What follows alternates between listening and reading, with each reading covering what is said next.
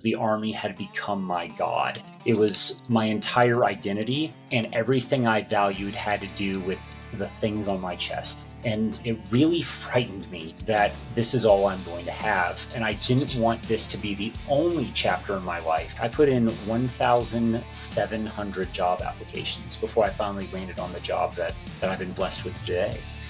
And they took a kid with a 1.7 GPA, and the leadership was able to help identify that I'm not a stupid person. I have challenges. I have ADHD, and we're able to hone that into purpose, direction, and motivation, but also encourage me in a way that spoke to me to go to school. And I ended up graduating cum laude from my master's degree. Hollywood has done us a bit of a disservice in the sense that we expect the modern non-commissioned officer, such as myself, to be a person that screams and points a knife hand at people. And if we just believe that other people are the same as us, I think we fix it all. Hey, let's welcome Justin Cauthen, a combat veteran with over 2 decades of experience in the United States Army. He's a great person, and I'm very glad to see you on today. Welcome to the show. Thank you. It's an honor to be here, Danny. Absolutely. Well, why don't you start with your story just to better understand your background, whatever you want to share for listeners to give an idea, to get an idea of who you are and what you do. Yeah. So first of all, Danny, thank you for having me on. I love how you capture military leadership and talk about it, how it translates to the greater world. Today, I want to tell you about a book I'm reading. It's written by 25 veterans of the U.S. Armed Forces, all graduates of the Masters of Business for Veterans program at the University of Southern California. The book is called Veteran Stories of Transition and Transformation. It collects the personal stories of veterans written in their own words. Pick it up for yourself or a veteran you love. Check out the link in the description for 10% off. And I thank you for that, and I thank you for giving me the opportunity to be a part of that.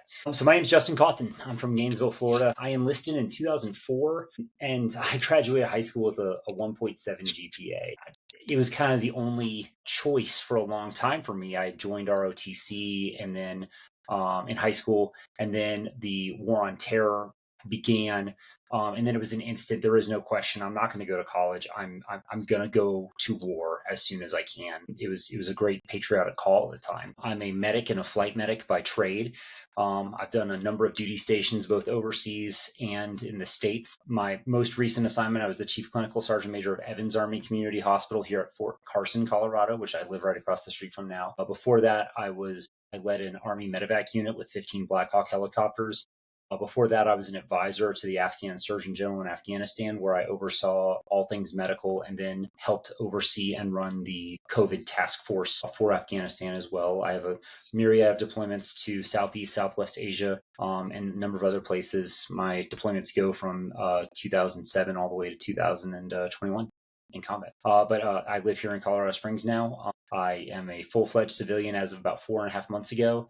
We have one son, Daniel, who's 16, who hopes to join the military himself, who's currently finishing up all his requirements to become a private pilot, and was the Eagle Scout of the Year recently. And my wife, Sue, is actually a nurse that works for the United States military and hopes to earn a commission in the National Guard here shortly. So, what do you do now as a civilian? Full-time? So I still work in the federal space. I still assist healthcare in a myriad of ways. With that being said, my opinions are all my own. But it was a really great transition to be able to take my experiences working with both indigenous personnel as well as advising leaders at a myriad of echelons, and still one, stay in the medical space and to continue to work with those type of personalities. So, as you said at the start, there wasn't a lot of room for choice for you at the start. But if you could go back in time, would you change anything about your journey, or would you just keep it the way it was? So as far as joining, absolutely not. Me and my wife joke a lot that the Army is the best thing that ever happened to us and the worst thing that ever happened to us.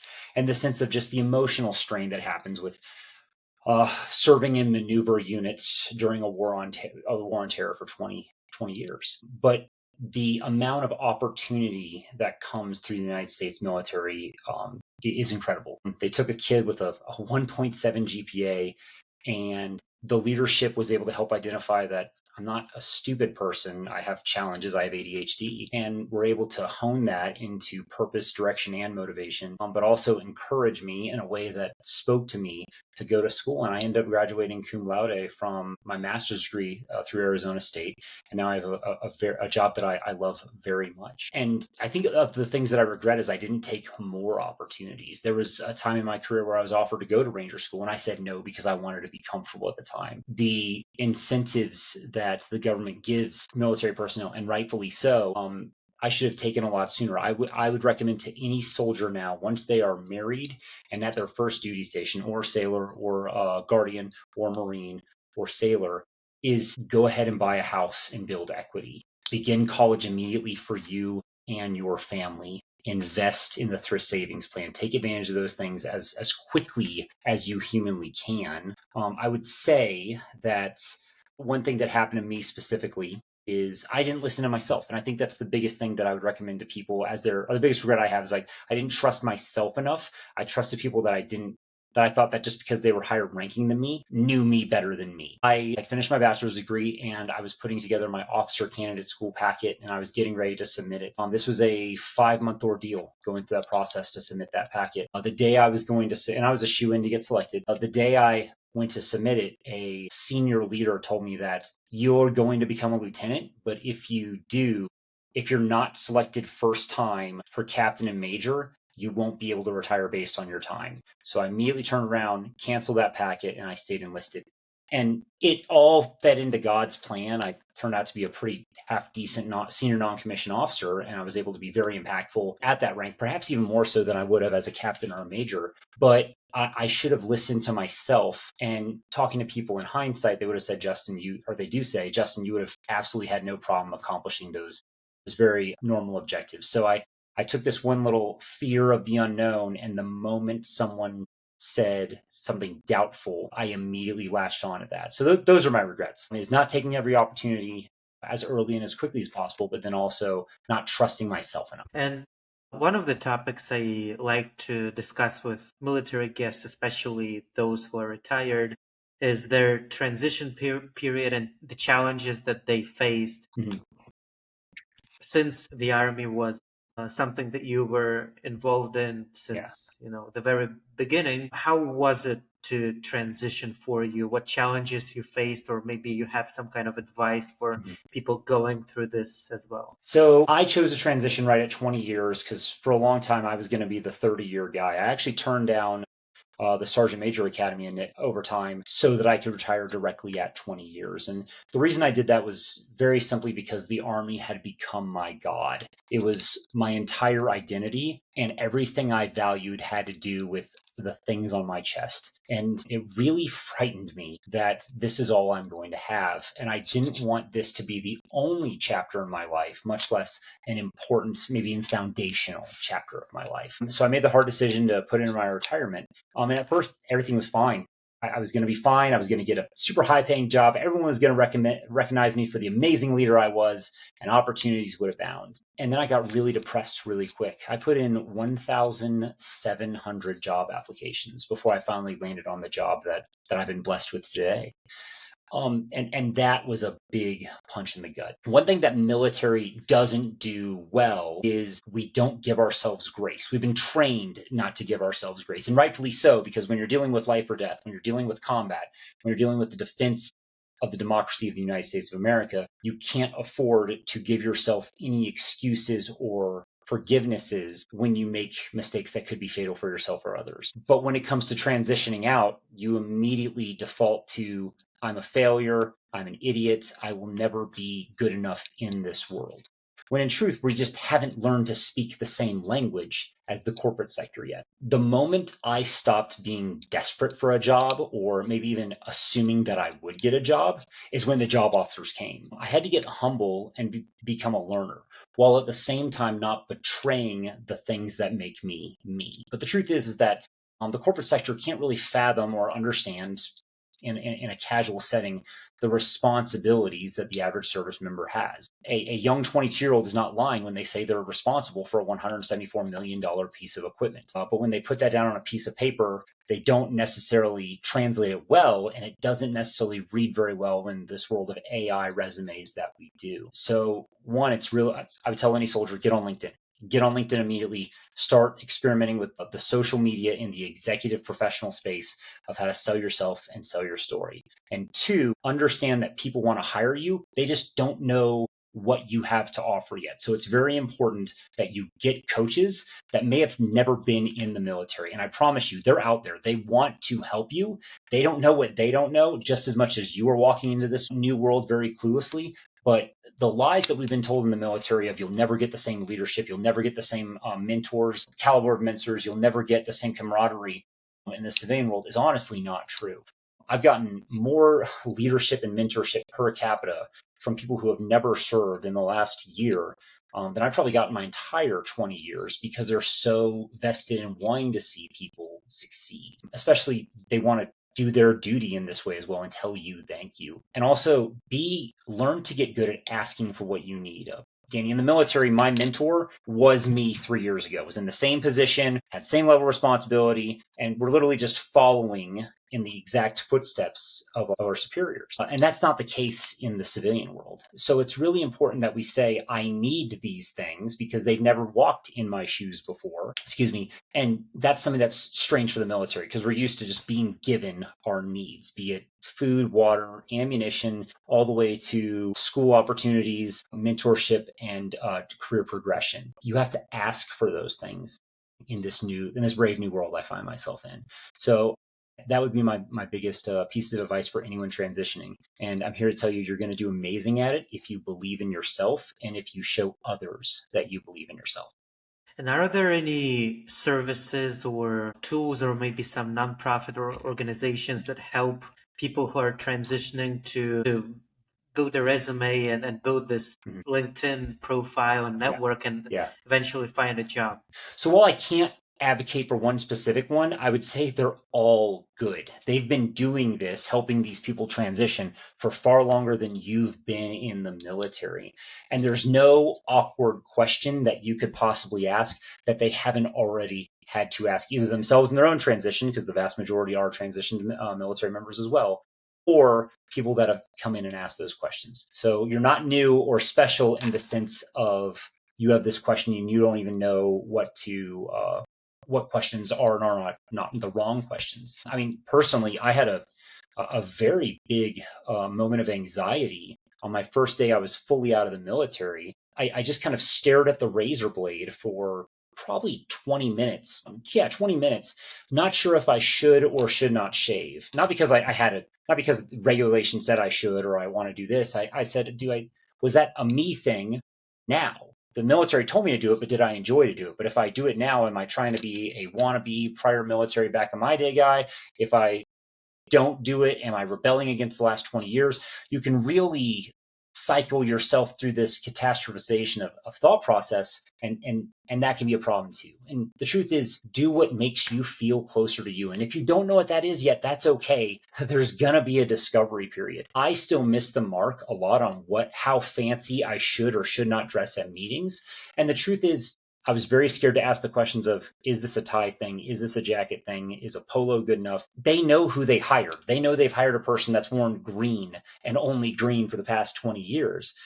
They're going to answer those questions for you, and they're going to do it with a lot more grace than you give yourself. So a lot of it is when you transition is identity because you've had the structure who it's almost like its own world you lived in and now you're out of there and you have a lot of freedom but also you don't know how to you aren't used to this kind of environment, so it's another layer of why it's hard to transition, right? Yeah, it's interesting. You're scared of the very freedom that you fought to protect, right? But once you discover yourself and you get comfortable in your own new skin, I think what you'll find is you're a product of both the discipline, the structure, the education, and the adversity that you went through in the military. You're a combination of that and the professionalization of the executive world, and that's a very hard combination to beat. And are there any support networks or communities of people helping to transition? Yeah. Anything like that that people can use? Yeah, there's a myriad of them. Again, I can't advocate for a specific one, but as you transition out of the military, they're going to give you a lot of literature to read of those organizations. The people that miss out on the opportunities are those people who just throw those in their backpack and never touch them again. Go home and read them and give them a call. It is worth the 5 minutes. These people could be making a lot more money and they're working for nonprofits to support you because they're passionate about those opportunities. Mm-hmm. All right, let's talk about leadership and what you've learned as a non-commissioned officer on the battlefield, how your approach to leadership evolved Mhm. as you rose through the ranks, maybe something that you took into the civilian world as well. What's your perspective on that? Yeah, I think Hollywood has done us a bit of a disservice in the sense that we expect the modern non-commissioned officer, such as myself, to be a person that screams and points a knife hand at people and belittles them. That will get you only so far, and that will get you conformity in a large group. When it comes to building loyalty to you, but more importantly, loyalty to their fellow members of their unit, that will never go far, especially in this new Generation Z, who has no tolerance for toxic leadership. The only difference when I was a first sergeant, the only difference between me and the lowest private is I was older. They were just as capable, they are just as capable of having a game changing, war winning idea as I am. I think we are so quick to think that because we are paid more and we have a higher position, that means that the onus of creating the ideas should lie with us. Not because we think people are stupid, we just think that there should be a greater burden on us, therefore we do the thought power. Or sorry, do the thinking. But the truth is that your soldiers, your sailors, your civilian subordinates are just as invested in that organization, because if it goes crashing to the ground proverbially, they're along for the ride. They are just as invested. All you have to do is show them that they're and prove to them that you believe that their ideas are just as valid and frankly probably more valid than yours, because there's no one that's going to understand our maintenance program, our medical readiness, our tracking of administrative actions better than the people using those programs every single day. And the moment you say, shut up, don't talk to me, you're just a lowly private, you don't know what you're talking about, is the last time they're going to volunteer up good, positive ideas. On the other side, the more ideas that you capture from people within your organization and reward and recognize them for coming up with and implementing those ideas, the more naturally invested they are in the organization. And the creativity, innovation, and investment continues to propagate more and more. It's really easy to say that we in an organization are family. You don't get there until people truly believe that their fellow man and woman in that organization is incredibly impactful. We throw our sorry is more important than them. We say things like servant leadership a lot, but one, we've kind of lost what the real meaning of that is. Servant leadership verbatim means prioritizing serving others, fostering a collaborative environment, and promoting the growth and well-being of team members above personal ambitions. So you're literally giving till you hurt. And it's a relatively easy thing to reprogram yourself to become a servant leader, giving to others and taking care of others before your own, specifically like in a career need environment. It's a whole nother thing to make an entire organization believe that the other members of the organization are more important than me. Servant organizations are the ones that win wars, change industries, and save lives. And I believe, especially in this unit right here with this flag, I believe we built that. And what I found was that suddenly every soldier in the unit had 149 people actively taking care of them, actively with a vested interest in their success. And from that, we had people go to PA school, go to nurse school. We generated 32 pilots in 2 years out of that.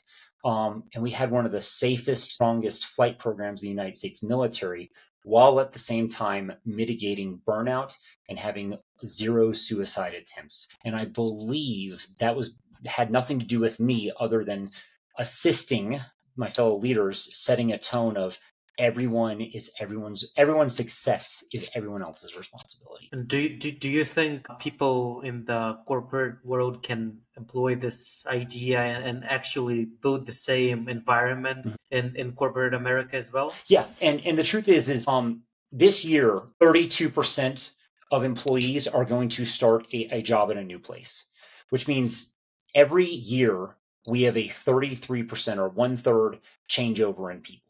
And that's shocking. You look at the rest of the world, especially the Europe corporate sector, to work less than 5 to 10 years in an organization is kind of jaw dropping. And the reason for that is that everyone invests in everyone else culturally in those organizations because they want everyone to be even more successful than they are. And the thought process is, if I want everyone else to be more successful than me, and everyone else wants me to be more successful than them, we are constantly building each other up. It's no longer competitive, it is exclusively collaborative. And talking about Gen Z and the new generation, you mentioned that they see leadership Yeah. differently. But do you have advice for that Mhm. generation, the viewers, the listeners who are listening, that you can share from your experience? Yeah.